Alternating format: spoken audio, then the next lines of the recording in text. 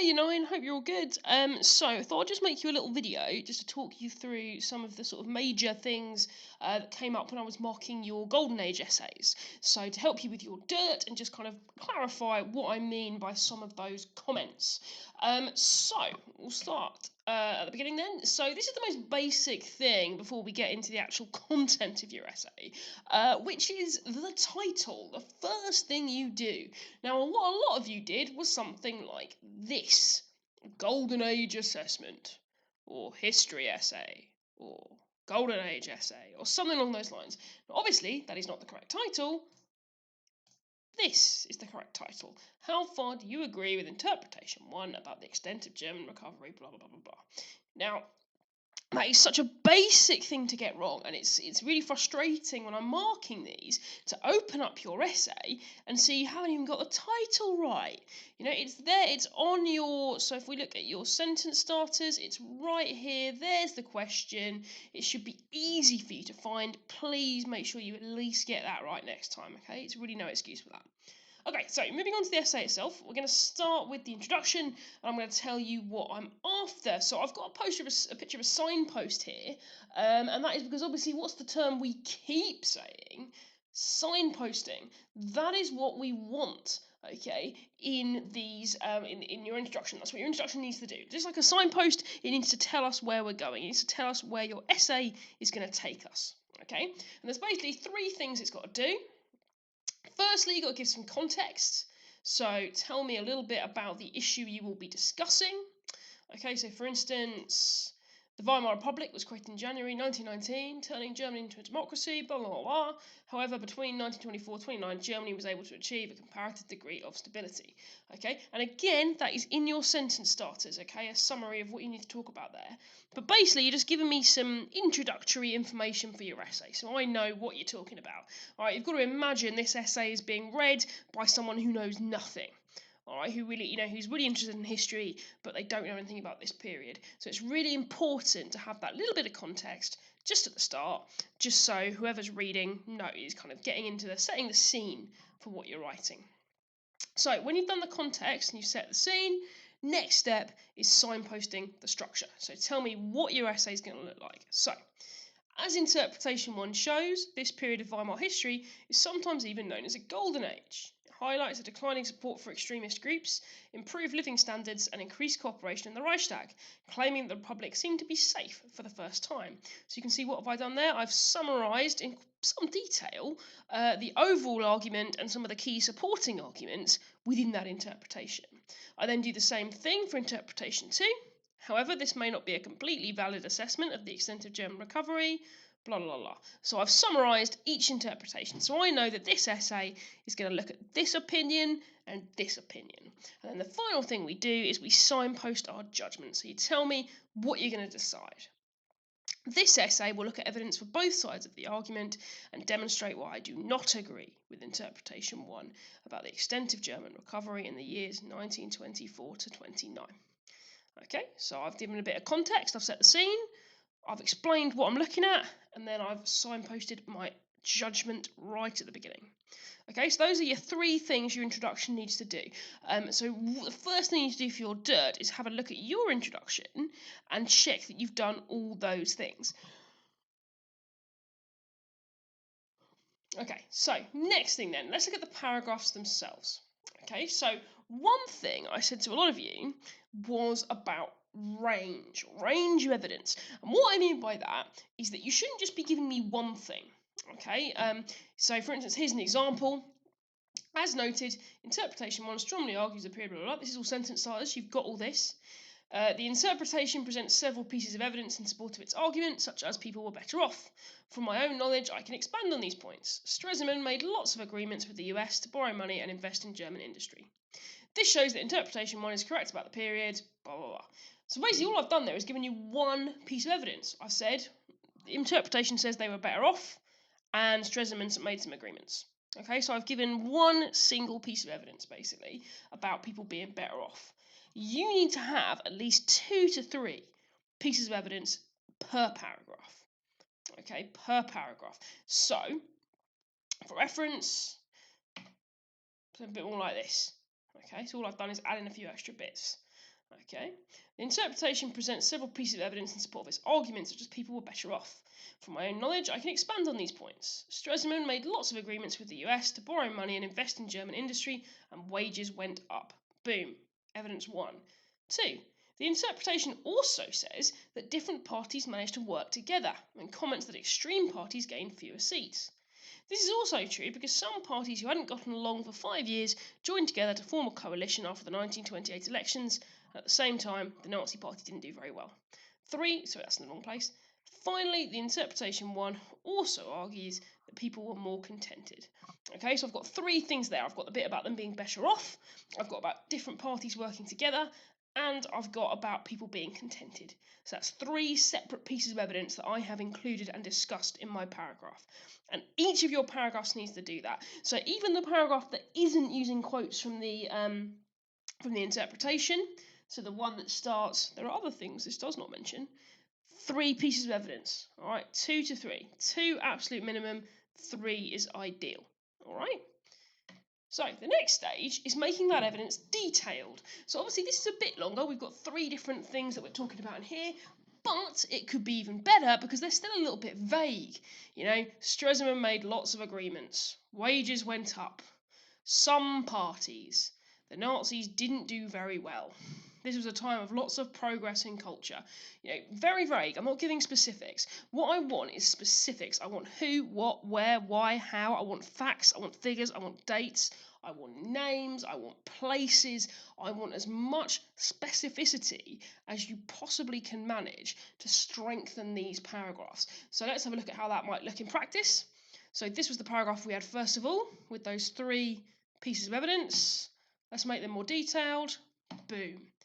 All right, look at that, look how chunky that is. So let's just see how that works. Stresemann made lots of agreements. I've made that better.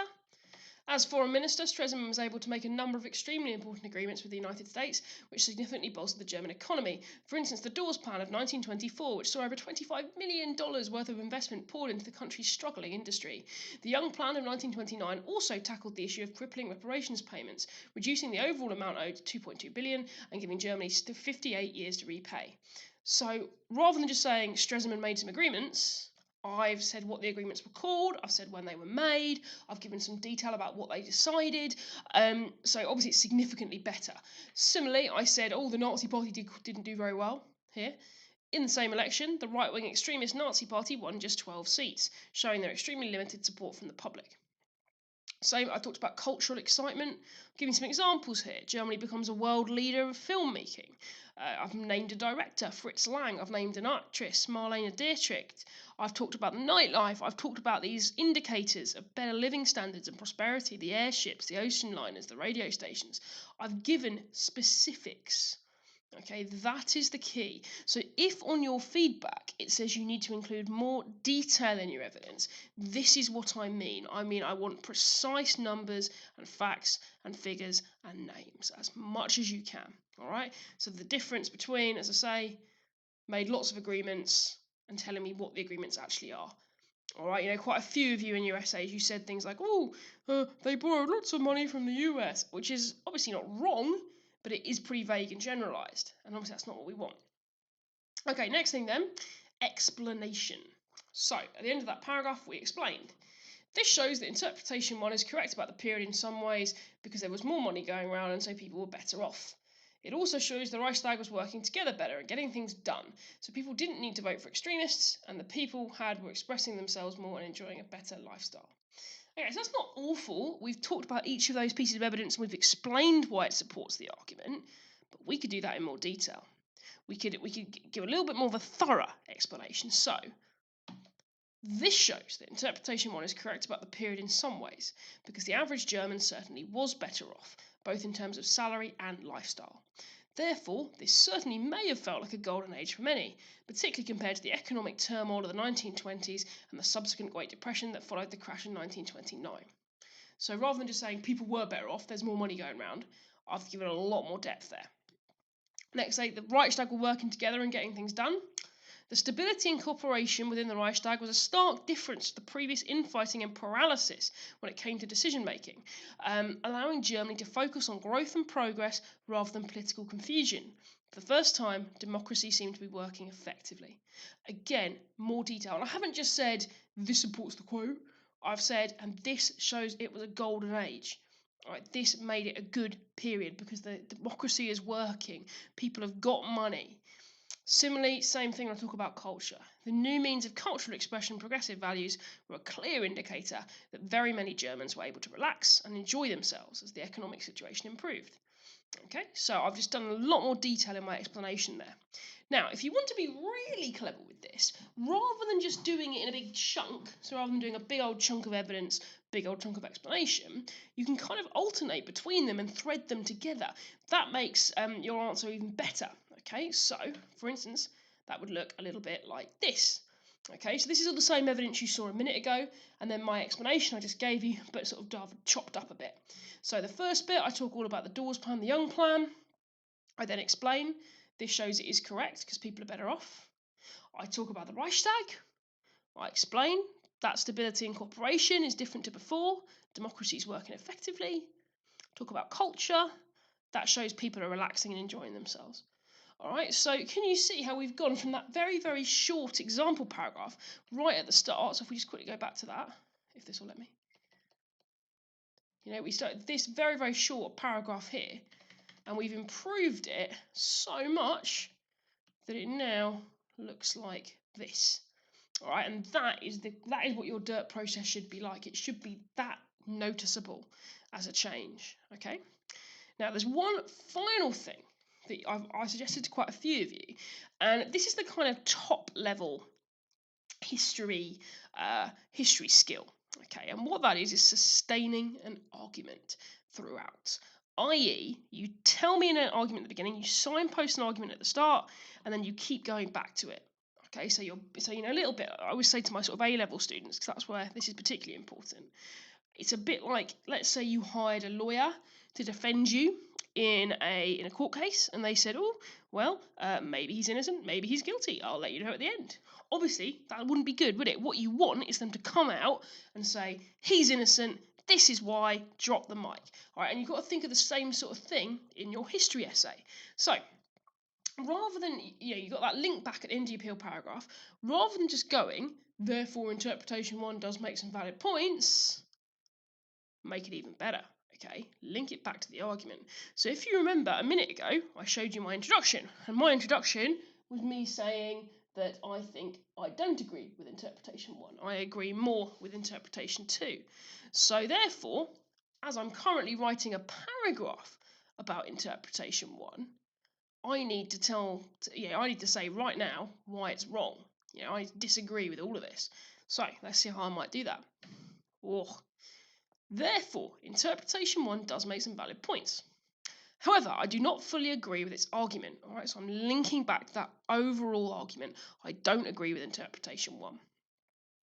Whilst there was certainly economic recovery, not everyone was better off. For instance, farming remained in a depression, with farmers earning just half the national average in 1929. So what I've done there is I've added a counter argument. A minute ago, I was saying how everyone had loads more money and everyone was having a great time. Here, I'm challenging that. I'm saying that's not true. People were not all better off. Do the same thing. I say the agreements reached regarding reparations by Stresemann were viewed by nationalists as half-hearted, who felt Versailles should be completely challenged rather than tweaked. Again, counter-argument. The cultural progress was also largely confined to Berlin, with many others finding these new forms of expression decadent and offensive. All right, so I'm basically countering every argument I've just made. Therefore, I only agree with interpretation 1 to a partial extent, and interpretation 2 is more convincing overall. All right, so I've gone through and I've countered every argument I've just made to say why I still don't think interpretation 1 is all that great. Okay, now I'm not saying that my argument here is the only correct one, because obviously that's the joy of history, is that there isn't really a right or wrong answer when it comes to your arguments, and particularly with this essay, actually, you really can convincingly argue it either way. You can tell me that, you can very convincingly tell me that actually, no, you do agree with interpretation 1, and you do think it was a golden age. That's not incorrect, all right? It's all about how well you argue it. Okay, so today's work is to, hopefully use this to help you. Use the feedback in your email, read what your even better ifs were, and read your dirt activities and go through in a different colour and make those essays better. Make them the best essay they possibly can be. All right, add things in. Obviously, make sure you use a different colour so I can see what you've added, and then submit that work to Show My Homework as per usual. All right, guys, I hope this was helpful. I will attach this PowerPoint to Show My Homework so you can have a look at it again at your leisure. Obviously, what I will say is you can't just copy it for obvious reasons, but please do use it as an example. Okay, and speaking of which, don't just copy things off the card sort either.